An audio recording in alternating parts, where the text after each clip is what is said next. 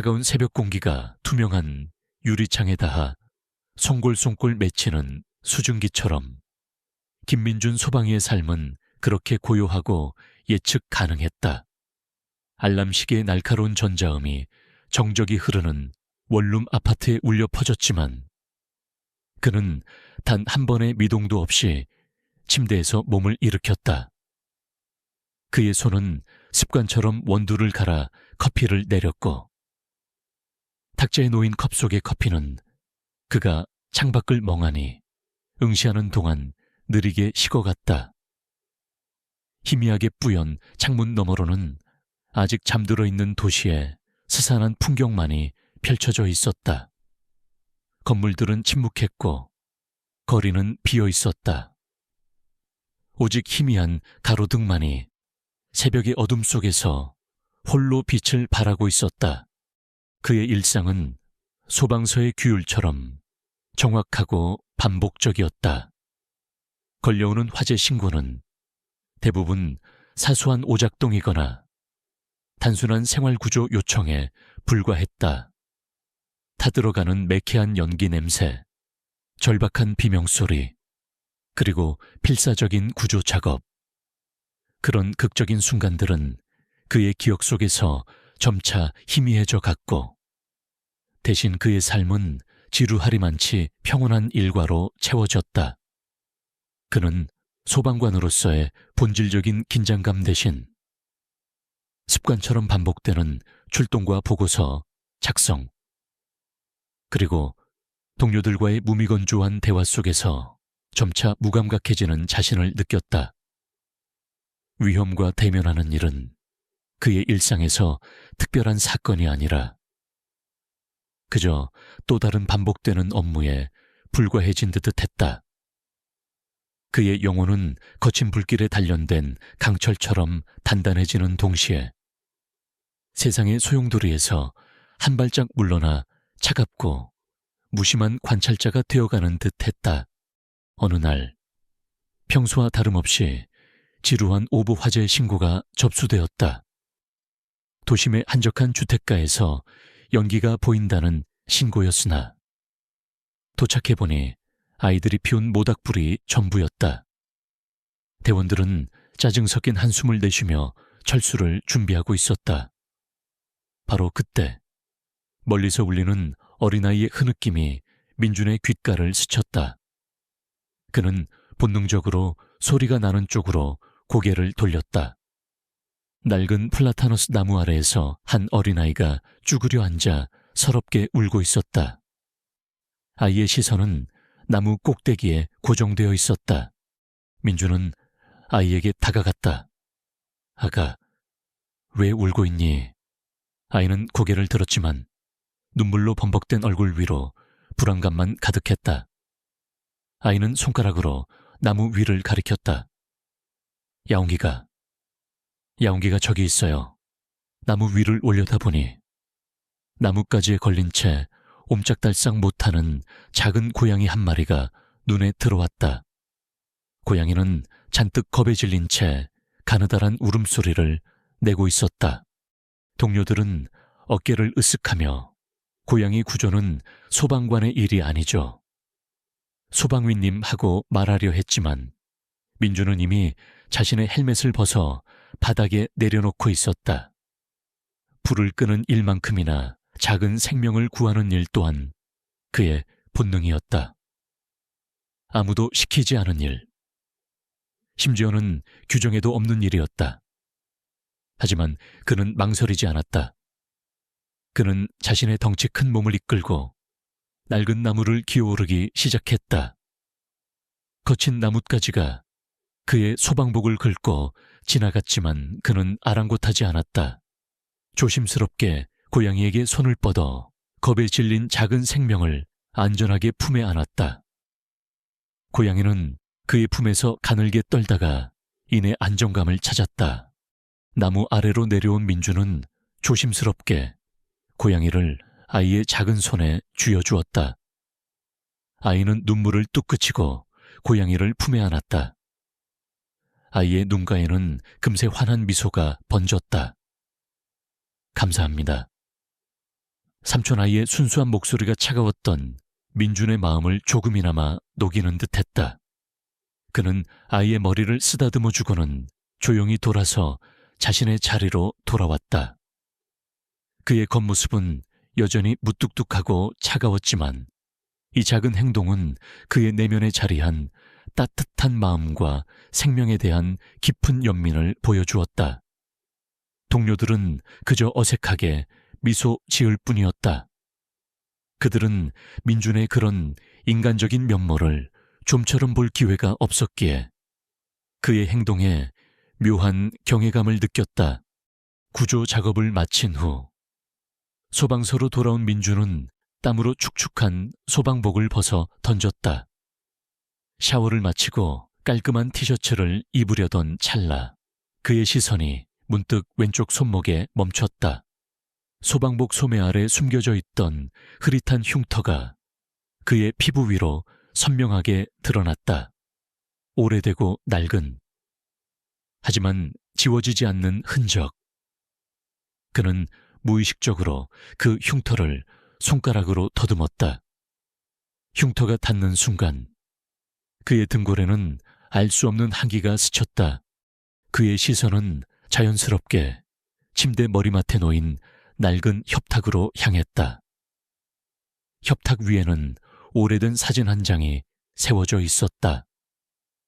사진 속에는 폐허가 된 듯한 낡은 건물의 잔해와 그 잔해 사이로 희미하게 보이는 어린아이의 얼굴이 담겨 있었다. 아이의 얼굴은 그림자에 가려져 또렷하게 보이지 않았지만 그 희미한 윤곽만으로도 민준은 섬뜩한 기시감을 느꼈다. 그 사진은 그의 과거, 지독히도 아련한 악몽의 조각이었다. 그는 서둘러 사진을 뒤집어 놓았다. 그 흉터와 사진은 민준의 과거에 얽힌 거대한 미스터리를 암시하는 작은 단서였다. 그것은 그의 삶을 송두리째 뒤흔들었던 잊히지 않는 어떤 사건의 흔적이었고, 그 사건은 그를 지금의 신중하고 냉철한 소방관으로 만들었다. 동시에 그것은 그가 설명할 수 없는 것들에 대해 깊은 두려움을 가지고 있음을 드러냈다. 그에게는 논리적으로 설명되지 않는 모든 현상이 미지의 공포로 다가왔고, 그 공포는 그의 내면에 깊숙이 자리 잡고 있었다. 그는 세상의 모든 혼란을 논리와 이성으로 정리하려 애썼지만 때로는 그 이성으로 설명할 수 없는 일들이 그의 발목을 붙잡았다. 다시 평온한 일상이 찾아온 듯 했다. 소방서의 사이렌 소리는 이제 그의 귀에 익숙한 배경음악처럼 들렸고, 그에게는 그저 또 다른 반복되는 출동의 신호였다. 하지만 그의 내면 깊은 곳에는 설명할 수 없는 불안감이 또아리를 틀고 있었다. 마치 고요한 호수 아래 아직 드러나지 않은 거대한 폭풍이 잠들어 있는 것처럼 그는 알지 못했다. 곧 그의 삶을 뒤흔들 진정으로 설명할 수 없는 사건이 그의 문을 두드릴 것이라는 것을, 그리고 그 사건의 열쇠는 5살짜리 어린아이의 순수한 입술에서 나올 것이라는 것을. 그의 평온한 세계는 이제 곧 산산조각 날 위기에 처해 있었다. 며칠 후 소방서의 평범하리만큼 평범한 화재 신고가 접수되었다. 낡은 아파트의 한 층에서 작은 화재가 발생했다는 내용이었다. 김민준 소방이와 그의 팀은 현장에 도착했다. 복되는 타다 만영이 냄새가 희미하게 감돌았지만 불길은 이미 자체적으로 사그라들고 있었다. 큰 피해는 없었다. 대원들은 익숙하게 잔불을 정리하고 환기 작업을 시작했다. 이제 곧 철수 명령이 떨어질 것이었다. 모두가 일상으로 돌아갈 준비를 하고 있었다. 바로 그때였다. 모든 대원이 현장에서 철수하려던 찰나 5살짜리 여자아이 미나가 불이 났던 아파트의 문 앞에서 나타났다. 미나는 겁에 질린 눈으로 이리저리 살피다가 연기가 가득했던 공간을 빠져나온 김민준 소방위의 소방복 바짓단을 조심스럽게 잡아당겼다.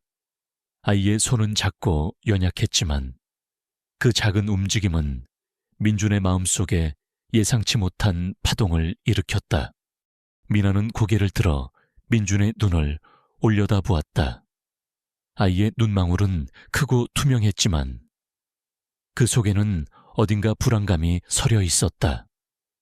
그리고 아이의 입에서 나온 한마디는 민준의 평온했던 일상을 산산조각 낼 충격적인 비수가 되었다. 삼촌, 벽 뒤에서 누가 울고 있어요. 미나의 목소리는 작았지만 그 말은 번잡했던 현장의 소음을 뚫고 민준의 귓가에 선명하게 박혔다. 그는 순간적으로 몸이 굳었다. 벽 뒤에서 누가 울고 있다고. 화재 현장에서 그런 이야기는 들어본 적이 없었다. 동료들은 피곤한 듯 한숨을 내쉬며 아이의 말을 어린아이의 상상으로 치부하려 했다. 아가, 잘못 들었겠지. 불은 다 껐단다.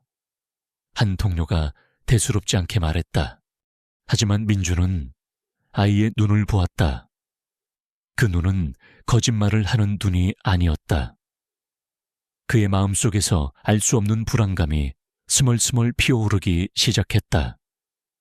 그것은 익숙한 화재 진압의 과정과는 전혀 다른 미지의 영역으로 발을 들여놓는 듯한 섬뜩한 기시감이었다.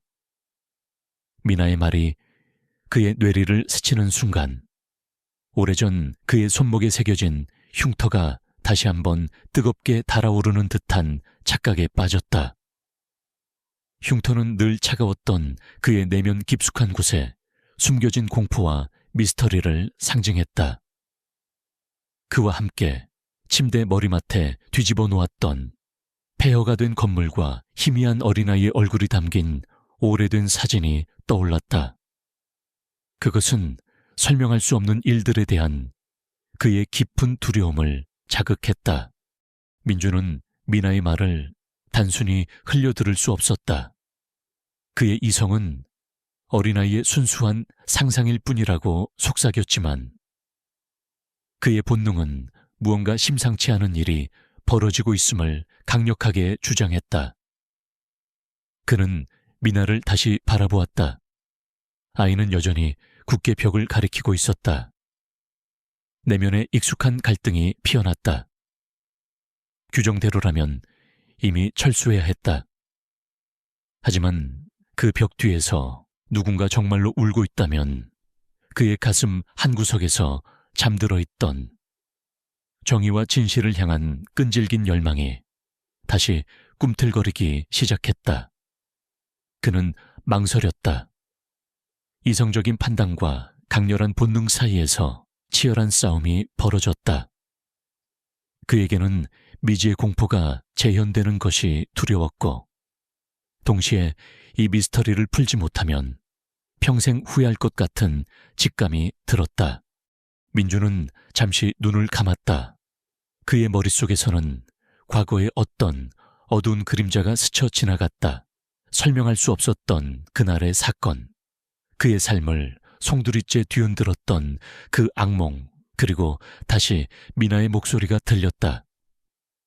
벽 뒤에서 누가 울고 있어요.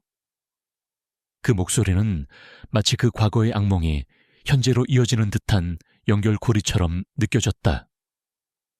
그는 자신의 손목에 있는 흉터를 무의식적으로 문질렀다. 다시 한번. 그는 그 설명할 수 없는 현상에 맞서야 하는 상황에 처해 있었다. 이번에는 도망칠 수 없었다. 결정적인 순간은 철수를 준비하던 중 찾아왔다. 민주는 마지막으로 현장을 점검해야 한다는 명목으로 미나가 가리킨 벽 쪽으로 발걸음을 옮겼다. 그는 낡은 벽에 귀를 기울였다. 아무 소리도 들리지 않았다. 그저 낡은 건물의 오래된 목재가 내는 미세한 소리만이 들려올 뿐이었다.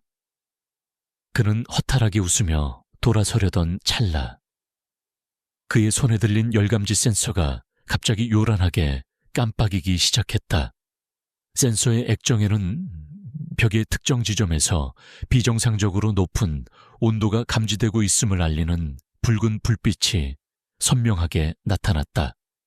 그것은 벽 내부, 깊숙한 곳에서 발생하는 이상한 여론이 있음을 시사했다. 민주는 믿을 수 없다는 듯 센서를 다시 벽에 갖다 대었다. 똑같았다. 벽 속에서, 보이지 않는 곳에서 무언가가 타오르거나 혹은 어떤 생명체가 열을 발산하고 있었다. 동시에 벽의 작은 균열 사이에서 오래된 곰팡이 냄새와 함께 섬뜩할 정도로 차가운 공기가 희미하게 새어나오는 것을 느꼈다. 마치 오랜 시간 밀폐되어 있던 공간이 숨을 내쉬는 듯한 느낌이었다. 그것은 단순한 화재의 잔해가 아니었다. 그 여론과 차가운 공기의 조합은 그 벽 뒤에 건물의 설계대도 존재하지 않는 어떤 밀폐된 공간이 있음을 명확히 암시했다. 미나의 순수한 목소리, 열감지 센서의 명백한 경고, 그리고 그 벽 뒤에서 흘러나오는 차가운 공기와 오래된 냄새. 이 세 가지가 결합되자 민주는 더 이상 도망칠 수 없음을 깨달았다. 이것은 단순한 화재 신고가 아니었다. 이것은 그가 오랫동안 외면해왔던 설명할 수 없는 미스터리의 실체가 눈앞에 드러난 순간이었다. 그는 평온했던 일상으로 다시 돌아갈 수 없었다. 그의 마음속에 깊이 박힌 본능적인 불확실성에 대한 두려움은 여전히 존재했지만 그 두려움보다 더 강렬한 진실을 파헤치고자 하는 열망이 그를 사로잡았다. 그는 이제 이 알 수 없는 공간의 문을 열기 위해 피할 수 없는 새로운 여정으로 발을 들여놓을 수밖에 없었다. 열감지 센서가 벽 안에 비정상적인 여론을 감지했을 때 김민준 소방위의 심장은 거친 북소리처럼 요동쳤다. 미나의 순수한 외침과 그의 손목에 새겨진 흉터가 다시금 그의 뇌리를 스쳤다.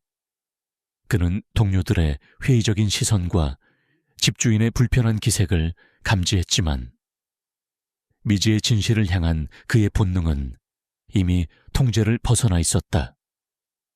그는 평소의 냉철함을 유지하며 마치 일상적인 절차인 양벽을 추가로 탐색하기 시작했다. 저희는 화재 진압 후에도 혹시 모를 잔불이나 구조적 이상, 유무를 확인해야 합니다. 이 벽 뒤에 뭔가 이상한 여론이 감지되고 있습니다. 민주는 차분하게 설명했지만 그의 눈은 낡은 아파트의 설계도를 훑고 있었다.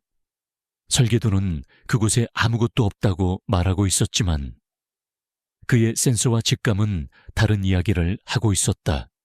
그는 무언가에 이끌리듯 소방서에서 가져온 최신 내시경 카메라를 준비했다. 카메라의 얇은 선이 벽의 미세한 틈새로 천천히 삽입되었다. 화면에는 어둡고 좁은 공간의 영상이 나타났다. 먼지가 가득하고 거미줄이 쳐진 분명히 밀폐된 공간이었다. 건물의 설계도 어디에도 존재하지 않는 빈 공간. 그것은 마치 건물에 숨겨진 폐부와 같았다. 민주는 화면을 확대했고 그의 눈에 들어온 것은 오래된 나무 판자와 엉성하게 쌓아 올린 벽돌들이었다. 분명 인위적으로 만들어진 숨겨진 방이었다. 그는 주위의 동료들에게 설명하듯 중얼거렸다. 벽돌과 나무로 임시로 막은 공간이 있습니다. 설계대는 없죠. 그는 자랑하려는 의도가 없었다. 그저 눈에 보이는 사실을 전달할 뿐이었다. 그의 행동은 순수한 탐구심과 진실을 향한 끈질긴 열망에서 비롯된 것이었다. 그의 옆에는 젊은 박소방사가 서 있었다. 박소방사는 처음에는 동료들과 마찬가지로 회의적인 표정이었지만 내시경 화면을 통해 눈에 보이는 증거와 민준의 확신에 찬 행동을 보면서 점점 놀라움을 감추지 못했다. 박소방사는 민준의 예리한 직관과 침착한 판단력에 감탄했다. 그는 민준의 눈에 보이지 않는 것을 꿰뚫어 보는 능력이 그저 우연이 아님을 깨달았다. 박소방사는 민준의 옆에서 조용히 그를 도왔다. 그는 민준이 말하지 않아도 그의 다음 행동을 예측하며 필요한 도구를 건네주었다. 민준은 자신에게 이런 든든한 조력자가 있다는 사실에 내심 안도감을 느꼈다. 바로 그때 집주인 대항자 유형 A 이민준의 옆으로 다가왔다. 그는 60대 후반의 남자로 평소에는 온화하고 인자한 인상이었지만 지금 그의 얼굴은 핏기 하나 없이 창백했다. 그의 눈빛에는 불안과 초조함이 역력했다. 소방이님, 이제 그만하셔도 됩니다. 보시다시피 아무것도 없지 않습니까? 괜히 벽을 훼손하시면 저만 손해입니다. 낡은 건물이라 조심해야 합니다. 집주인은 목소리를 떨며 필사적으로 민준의 손길을 멈추려 했다. 그의 평소 성격과는 전혀 다른 과도한 반응이었다. 그는 불안한 시선으로 벽과 민준을 번갈아 보았다. 민준은 집주인의 반응에 더욱 확신을 가졌다. 그의 평온한 표정 뒤에는 날카로운 직감이 번뜩였다. 아무것도 없다는 말을 반복하는 집주인의 모습에서 민준은 강한 위화감을 느꼈다. 그의 눈빛은 거짓말을 꿰뚫어 보는 듯했고 그의 행동은 진실을 숨기려는 필사적인 몸부림처럼 보였다. 집주인의 얼굴은 더욱 창백해졌다. 그는 식은땀을 흘리며 계속해서 말을 더듬었다. 제가 몸이 좀 안 좋아서요. 이만 정리하고 가시는 게 좋겠습니다. 나중에 벽 수리 비용은 제가 따로 청구하지 않겠습니다. 그는 재산 피해를 걱정하는 척했지만 민준의 눈에는 그것이 그저 상황을 무마하려는 필사적인 시도로밖에 보이지 않았다. 그는 심지어 아픈 척을 하며 대원들을 해산시키려 했다. 그의 과도한 반응과 아파트의 역사에 대한 정보를 숨기려는 태도는 민준의 의심을 더욱 깊게 만들었다. 3인칭 전지적 작가 시점으로 독자는 집주인의 숨겨진 비밀을 알 수 있었다. 집주인의 머릿속은 패닉으로 가득했다. 젠장. 들키면 안 돼. 절대 안 돼. 그는 몇 년 전 이 아파트에 살던 세입자와의 복잡한 금전 문제와 끔찍한 실랑이 끝에 그 세입자를 이 숨겨진 공간에 가두었다. 그는 세입자가 결국 죽었다고 생각하고 완벽하게 벽을 밀봉했다고 믿었다. 하지만 미나의 말과 소방관들의 행동은 그의 완벽한 계획을 위협하고 있었다. 그의 심장은 격렬하게 요동쳤고 숨이 막힐 듯한 공포가 그를 집어삼키는 듯했다. 그는 자신의 죄가 드러날까봐 필사적으로 숨기려 했지만 그의 불안한 행동은 이미 그를 심연 속으로 끌어내리고 있었다. 민준은 집주인의 얼굴에서 공포의 그림자를 읽었다. 그는 자신의 직감이 틀리지 않았음을 확신했다. 이 벽 뒤에는 단순한 빈 공간이 아니라 어떤 끔찍한 비밀이 숨겨져 있었다. 그는 박소방사에게 지시했다. 박소방사, 충격 흡수 장비 준비하고 벽 해체 작업 준비해. 그의 목소리는 평소보다 낮고 단호했다. 그의 내면에서는 과거의 악몽이 다시금 되살아나는 듯했지만 이번에는 그 악몽에 맞서 싸우겠다는 결의가 더 강했다. 이 벽은 단순한 구조물이 아니었다. 그것은 진실을 가로막는 장막이었고, 민주는 그 장막을 걷어낼 준비가 되어 있었다. 그는 이제 피할 수 없는 진실의 문턱에 서 있었다. 벽 뒤에 숨겨진 공간이 존재한다는 사실이 내시경 카메라를 통해 명확해졌음에도 불구하고 김민준 소방위의 앞에는 또 다른 거대한 난관이 가로막았다. 그 공간으로 향하는 벽은 단순한 석고보드가 아니었다. 낡은 아파트의 중심을 지탱하는 주요 하중지지 벽이거나 심지어는 이중으로 보강된 콘크리트 벽처럼 보였다. 무작정 부수다가는 건물 구조 전체가 무너질 위험이 있었다. 그곳은 단순한 벽이 아니라 수십 년간 묻혀있던 비밀들이 견고하게 봉인된 미로이자 김민준의 모든 기술과 직감을 시험할 상징적인 격투장이었다. 평범해 보이는 낡은 건물 안에 숨겨진 오랫동안 잊혔던 공포가 그를 기다리고 있었다. 김민준은 거대한 압박감에 시달렸다. 외부에서는 집주인 대항자 유형, A우의 압력이 계속해서 들어왔다. 집주인은 소방서 고위 관계자들에게 연락하여 단순한 벽 파손 문제를 제기하며 김민준이 불필요한 문제를 만들고 있다고 주장했다. 내부에서는 초의 서장 대항자 유형 P, 즉 김민준의 직속 상관이자 규정을 맹목적으로 따르는 고지식한 인물이 그를 옥죄해왔다. 최 서장은 집주인의 전화를 받고 현장에 나타나 민준을 질책했다. 김 소방위, 대체 뭘 하고 있는 건가? 화재는 진압됐고 건물주는 더 이상의 손상을 원치 않는다.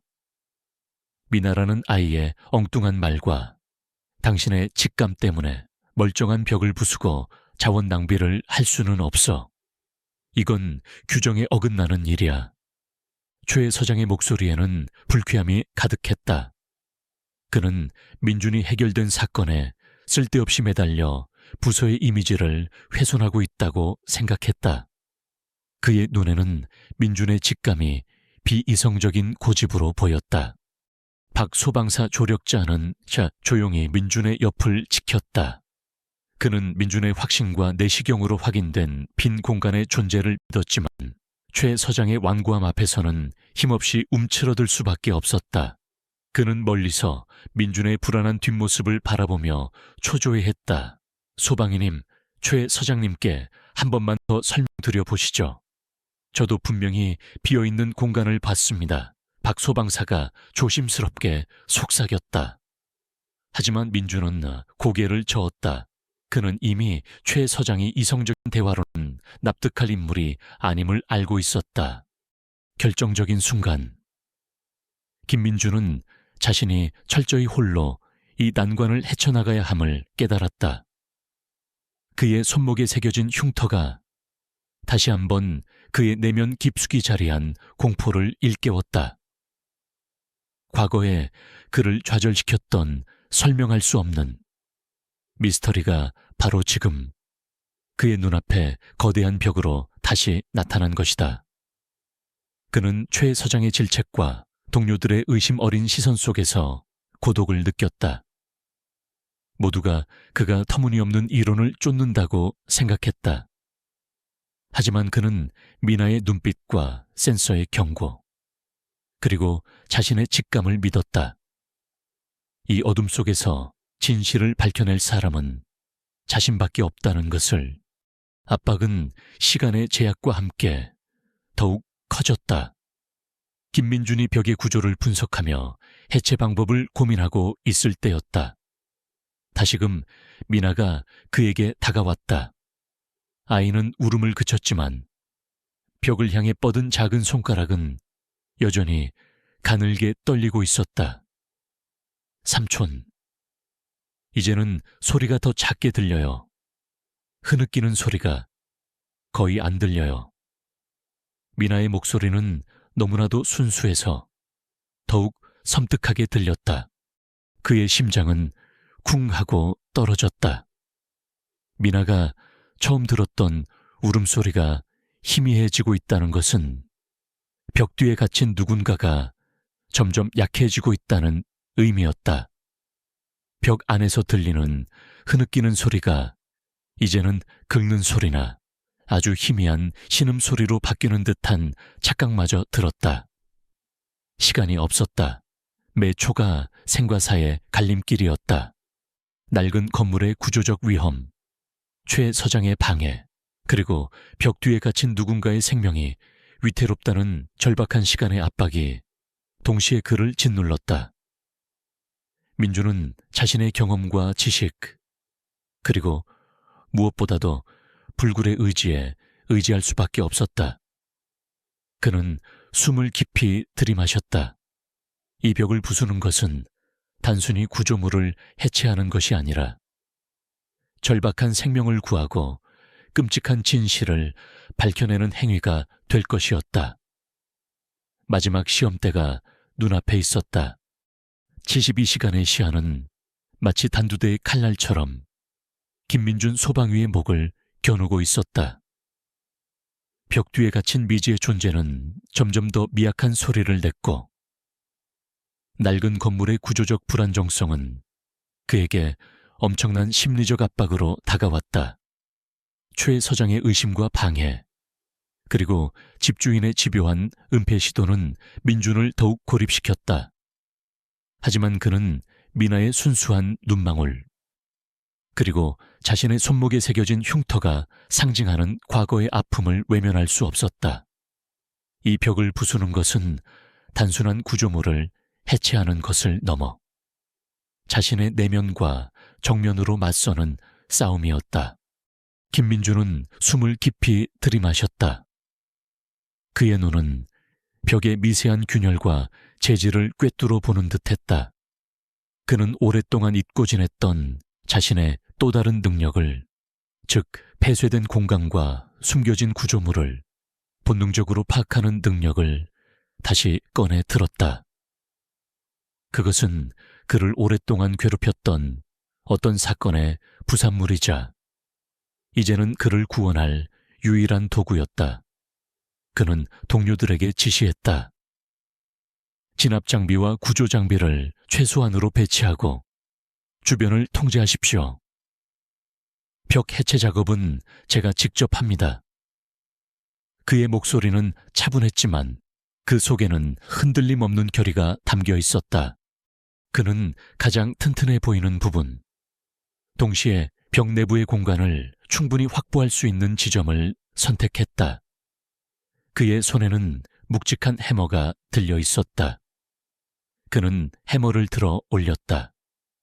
모든 눈이 그에게 집중되었다. 동료들의 얼굴에는 우려와 불안이 가득했지만 아무도 그를 막지 않았다. 그는 심호흡을 한 뒤 해머를 벽에 내리쳤다. 쿵 둔탁한 소리가 낡은 건물 전체에 울려 퍼졌다.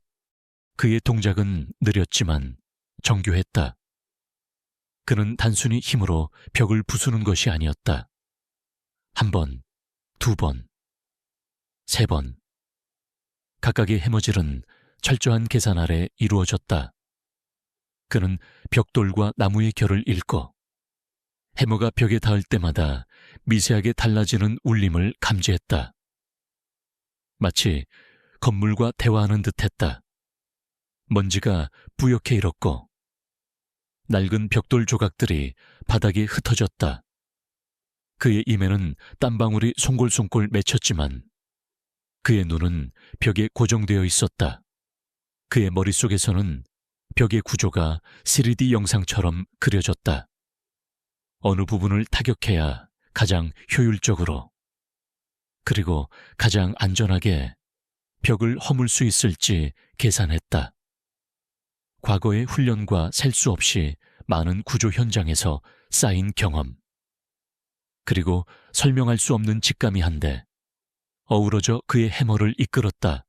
그는 절박한 생명을 구하고 끔찍한 진실을 밝혀내기 위해 자신의 모든 지혜와 힘, 그리고 정신력을 총동원하고 있었다. 시간이 멈춘 듯 했다. 민준의 마지막 일격이 벽에 닿는 순간 쾅 하는 굉음과 함께 벽의 거대한 부분이 우르르 무너져 내렸다. 엄청난 양의 흙먼지가 사방으로 퍼져나갔고 잠시 시야가 완전히 가려졌다. 모두가 숨을 죽였다. 이 모든 노력이 헛수고가 되거나 혹은 더 큰 재앙을 불러온 것은 아닌가 하는 절망감이 현장을 감쌌다.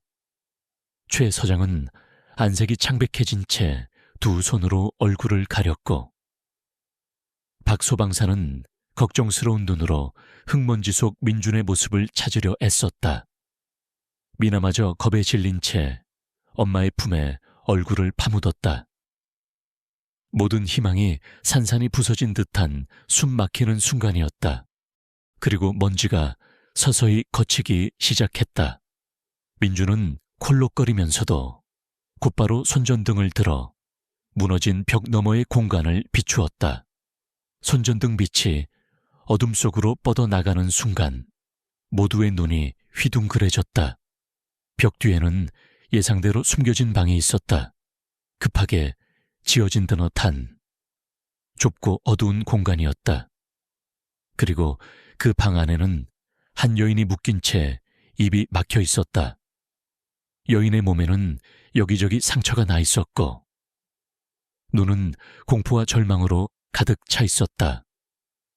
그녀의 눈이 손전등 빛을 받아 반짝였고 그녀의 몸은 가늘게 떨리고 있었다. 미나의 말이 현실이 된 충격적인 순간이었다. 현장에 있던 모든 소방관들은 경악으로 얼어붙었다. 처음에는 회의적이었던 그들의 얼굴에는 믿을 수 없다는 표정이 역력했다. 곧이어 그 표정은 경이로움과 깊은 존경심으로 바뀌었다. 최 서장대왕자 유영피의 얼굴은 새하얗게 질렸다. 그의 눈은 의심에서 경악으로 그리고 깊은 후회로 바뀌었다. 그가 김민준의 직감을 무시하고 규정만을 고집했던 순간들이 주마등처럼 스쳐 지나갔다. 그는 자신의 오만함과 어리석음을 깨닫고 얼굴을 들 수 없었다. 집주인 대양자 유영, A의 얼굴은 형언할 수 없는 공포로 일그러졌다. 그는 방금 전까지의 순진한 가장의 모습은 온데간데 없었고 그의 눈에는 순수한 악의와 절규만이 가득했다. 그의 정교하게 짜여진 거짓말의 세상이 무참히 무너져 내리는 순간이었다. 그는 벽 뒤에 자신의 죄를 완벽하게 감춰두었다고 생각했지만 김민준 소방위의 끈질긴 직감과 미나의 순수한 증언 앞에서 모든 것이 백일에 드러났다. 그의 죄는 더 이상 숨겨질 수 없었다. 김민준의 승리는 단순한 구조 성공을 넘어선 것이었다. 그것은 그의 직관과 헌신, 그리고 모든 역경을 이겨낸 불굴의 의지가 사회적으로 인정받는 순간이었다. 정의의 빛은 가장 어두운 곳에 숨겨진 비밀마저 밝혀냈다. 마지막 벽 뒤에 숨겨져 있던 끔찍한 진실이 드러난 직후 현장은 통제된 혼돈 속으로 빠져들었다. 집주인 대양자 유형, A은 얼굴이 일그러진 채 현장에서 즉시 체포되었다. 그의 죄는 명백했다. 여인을 감금한 혐의는 물론 그가 오랫동안 숨겨왔던 탐욕과 관련된 복잡한 금전 문제, 그리고 어떤 증인을 침묵시키기 위한 극악무도한 범죄 행위들이 연이어 밝혀졌다. 수십 년간 교묘하게 숨겨왔던 그의 추악한 비밀들은 김민준 소방위의 끈질긴 직감과 미나의 순수한 증언 앞에서 백일에 드러났다. 그는 법의 엄중한 심판을 받게 되었고 사회로부터 완전히 외면당했다. 그의 인생은 한순간에 나락으로 떨어졌다. 최 서장대왕자 유형비에게 있어 그날의 사건은 깊은 충격이었다. 그는 김민준의 직관을 경시하고 규정만을 고집했던 자신의 완고함을 뼈저리게 후회했다. 그가 오만함으로 치부했던 직감이 얼마나 강력한 진실의 도구였는지 눈앞에 참혹한 증거가 명백히 보여주고 있었다. 며칠 후 최 서장은 김민준을 자신의 사무실로 불렀다. 평소 그를 질책하던 바로 그 공간이었다. 사무실 안에는 무거운 침묵이 흘렀다. 김소방위. 최 서장은 평소와 달리 목소리를 낮추며 말을 시작했다. 그는 김민준을 똑바로 바라보지 못하고 시선을 회피했다. 내가 자네에게 사과해야겠네. 진심으로. 나의 회의적인 태도와 방해는 명백한 잘못이었어. 규정에 얽매여 자네가 본 것, 자네가 알았던 것을 내가 보지 못했네. 자네가 옳았어. 김소방이 섬뜩할 정도로 옳았어. 그의 사과는 진심이었다. 최 서장은 자신의 잘못을 인정했고 더 이상 변명하려 들지 않았다. 그의 얼굴에는 부끄러움과 뒤늦은 깨달음이 역력했다. 그는 김민준의 끈기와 통찰력, 그리고 용기의 깊은 존경심을 표했다. 그리고 구체적인 속죄의 행동을 보였다. 그는 개인적으로 김민준이 불필요한 문제를 만들었다는 상부의 비판으로부터 보호해 주었고, 그의 비정통적인 수사 방식이 얼마나 큰 성과를 가져왔는지 적극적으로 변호했다. 최 서장은 김민준의 특별한 재능을 인정하고 그를 지지하는 든든한 조력자로 변모했다. 그는 이제 김민준의 가장 강력한 후원자가 되었다. 김민준 소방위에게 찾아온 새로운 평화는 단순한 안도가 아니었다. 그것은 깊은 성찰과 함께 찾아온 고요한 결단이었다. 미나의 순수한 외침과 자신이 마주한 끔찍한 진실은 그에게 새로운 방향을 제시했다. 사건이 마무리된 지 몇 주 후, 김민준은 소방서 내부에 신설된 미스터리 수사 전담반의 반장으로 임명되었다. 이것은 단순한 승진이 아니었다. 그의 독특한 직감과 심리 분석 능력을 공식적으로 인정하는 동시에 기존의 방식으로는 해결하기 어려운 복잡하고 난해한 사건들을 전담할 기회를 얻게 된 것이었다. 그는 이제 자신의 특별한 재능과 경험을 활용하여 더 많은 사람들을 돕고 미처 목소리를 내지 못하는 이들의 진실을 밝혀낼 수 있게 되었다. 그에게 이 기회는 단순한 직책을 넘어 의미 있는 방식으로 세상에 기여할 수 있는 소중한 선물이었다. 며칠 후, 화창한 오후, 김민준은 자신의 새로 정돈된 사무실에 앉아 있었다. 박 소방사, 그리고 이제는 마음의 안정을 찾은 미나의 어머니와 함께 미나도 그 자리에 있었다. 그들의 눈에는 아직 그날의 충격이 남아 있었지만 동시에 깊은 안도감과 감사함이 서려 있었다. 그들은 김민준의 활약 덕분에 끔찍한 진실이 밝혀지고 정의가 실현될 수 있었음에 진심으로 감사했다. 미나의 어머니는 김민준에게 거듭 고개 숙여 감사 인사를 전했다. 소방위님 덕분에 제 딸의 말이 헛된 것이 아니라는 것을 세상에 알릴 수 있었습니다. 정말 감사합니다. 김민준은 조용히 고개를 끄덕였다. 미나 덕분입니다. 미나의 용기 있는 외침이 없었다면 우리는 그 벽 뒤의 진실을 영원히 알지 못했을 겁니다. 그는 미나를 향해 따뜻하게 미소 지었다. 미나는 이제 더 이상 겁에 질린 아이가 아니었다. 그녀는 자신의 말이 세상을 바꿀 수 있음을 깨달은 용감하고 현명한 소녀였다. 그들은 벽 뒤에 숨겨져 있던 비밀들, 그리고 그 진실을 찾아내기까지의 험난했던 여정에 대해 이야기했다. 김민주는 자신이 마주했던 미지의 공포, 그리고 그 공포를 극복하고 진실을 밝혀냈을 때의 희열을 담담하게 말했다. 박 소방사는 김민준의 옆에서 그의 직관과 끈질긴 집념을 다시 한번 되새겼다. 그는 김민준에게 배운 것이 단순히 수사 기법만이 아님을 깨달았다. 그것은 인간의 본성에 대한 깊은 이해, 그리고 무엇보다도 진실을 향한 꺾이지 않는 신념이었다. 김민주는 창밖으로 펼쳐진 도시의 풍경을 바라보았다.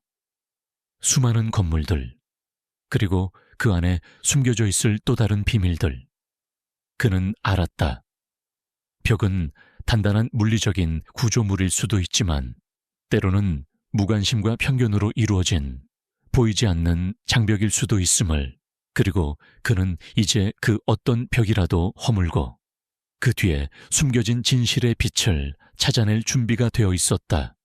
진실은 고통스러울 수 있지만 그 고통 뒤에는 언제나 새로운 평화와 희망이 기다리고 있었다. 2년 후, 한때 고독했던 김민준 소방위의 삶의 리듬은 미묘하게 변화하여 새로운 충만한 목적을 받아들였다. 그는 더 이상 단순한 김민준 소방위가 아니었다. 이제 그는 소방청 내에서 혁신적인 수사 기법과 흔들림 없는 헌신으로 명성이 자자한 매우 존경받는 인물이 되었다. 그가 이끄는 미스터리 수사. 전담반은 소방청 내에서 등대와 같은 역할을 했다. 그의 독특한 직관적인 심리 통찰력과 세심한 법의학 기술이 결합된 덕분이었다. 수년간 다른 이들을 좌절시켰던 사건들. 시간이 흐를수록 더욱 차갑게 식어갔던 미제 사건들이 그의 예리한 눈빛 아래에서 해결의 실마리를 찾기 시작했다. 그의 명성은 단순히 사건을 해결하는 것을 넘어섰다. 피해자들에 대한 그의 공감 능력과 흔들림 없는 헌신으로 더욱 빛을 발했다.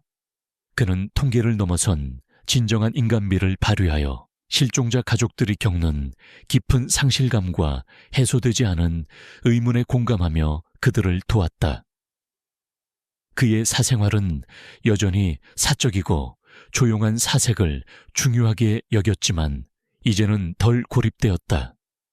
한때 그의 눈을 짓눌렀던 고통의 그림자는 서서히 사라지고 그 자리에는 깊고 평온한 해결감이 자리 잡았다.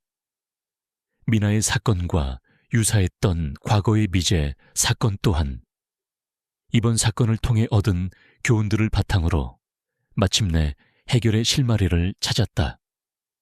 김민주는 자신의 새로 얻은 전문 지식과 엘리아스 손의 교활한 심리를 이해하는 능력을 활용하여 오래된 파일을 면밀히 재검토했고 그 오래된 먼지 쌓인 페이지 속에서 잊혀진 마지막 문을 발견했다. 그 결과 오랫동안 희망을 포기했던 한 가족에게 마침내 기다리던 답을 가져다 주었다. 그는 더욱 건강해 보였고 이전보다 짐을 덜어낸 듯한 모습은 그의 개인적, 직업적 성장을 증명했다. 김민주는 자신의 시간을 선한 영향력을 행사하는데 아낌없이 썼다. 그는 어린 재능이 있는 후배들이 성장하는 데 있어 한 사람의 지도가 얼마나 큰 영향을 미칠 수 있는지 잘 알고 있었다. 그는 특히 비전통적인 사고방식이나 피해자에 대한 깊은 공감 능력을 가진 시인의 소방관들을 직접 멘토링하는데 상당한 시간을 할애했다.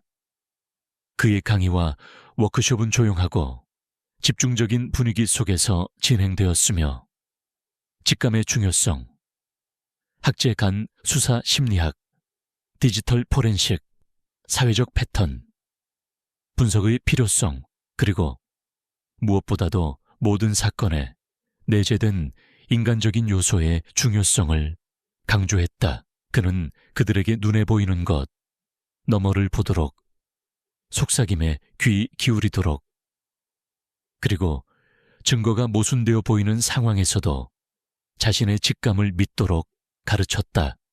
소방서 밖에서도 김민주는 피해자 옹호 단체들과 긴밀히 협력하며 자신의 목소리와 전문 지식을 빌려 실종자 가족들이 포괄적인 심리적, 법적 지원을 받을 수 있도록 도왔다. 그는 비록 결과가 비극적일지라도 이해하는 것이 곧 치유의 한 형태라고 믿었다. 그는 종종 전국 학술대회에 참석하여 미제 사건에 더 많은 자원을 할당하고 신규 임용자들에게 심리 프로파일링 교육을 의무화하는 정책 변경을 촉구했다.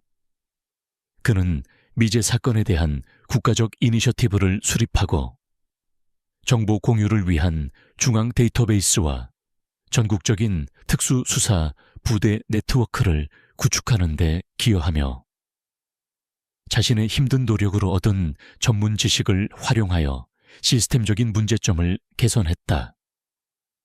그의 업적은 그의 유산이 되었고 모든 생명, 모든 이야기가 발견되고 인정받을 가치가 있다는 그의 흔들림 없는 신념을 증명하는 증거가 되었다. 이야기는 늦가을 오후 김민준의 사무실에서 마무리된다. 한때 고독의 요새 같았던 그 방은 이제 부드럽고 은은한 빛으로 가득 찼다. 한때 가려져 있던 사진으로 가득했던 코르크보드는 이제 표창장, 해결된 사건의 지도, 그리고 그가 도움을 준 아이가 보낸 해바라기 그림으로 채워져 있었다. 그러나 김민주는 승리의 흔적들을 바라보고 있는 것이 아니었다. 그는 새롭게 맡은 수십 년간 여러 부서를 좌절시켰던 복잡한 미제 사건 파일을 보고 있었다. 그 파일의 표지는 수십 년의 먼지로 두꺼웠고 내용물은 모순된 진술과 막다른 골목이 뒤엉킨 복잡한 거미줄 같았다. 햇살이 창문을 통해 길게 뻗어 들어와 그의 책상 위를 비추며 파일을 환하게 비췄다.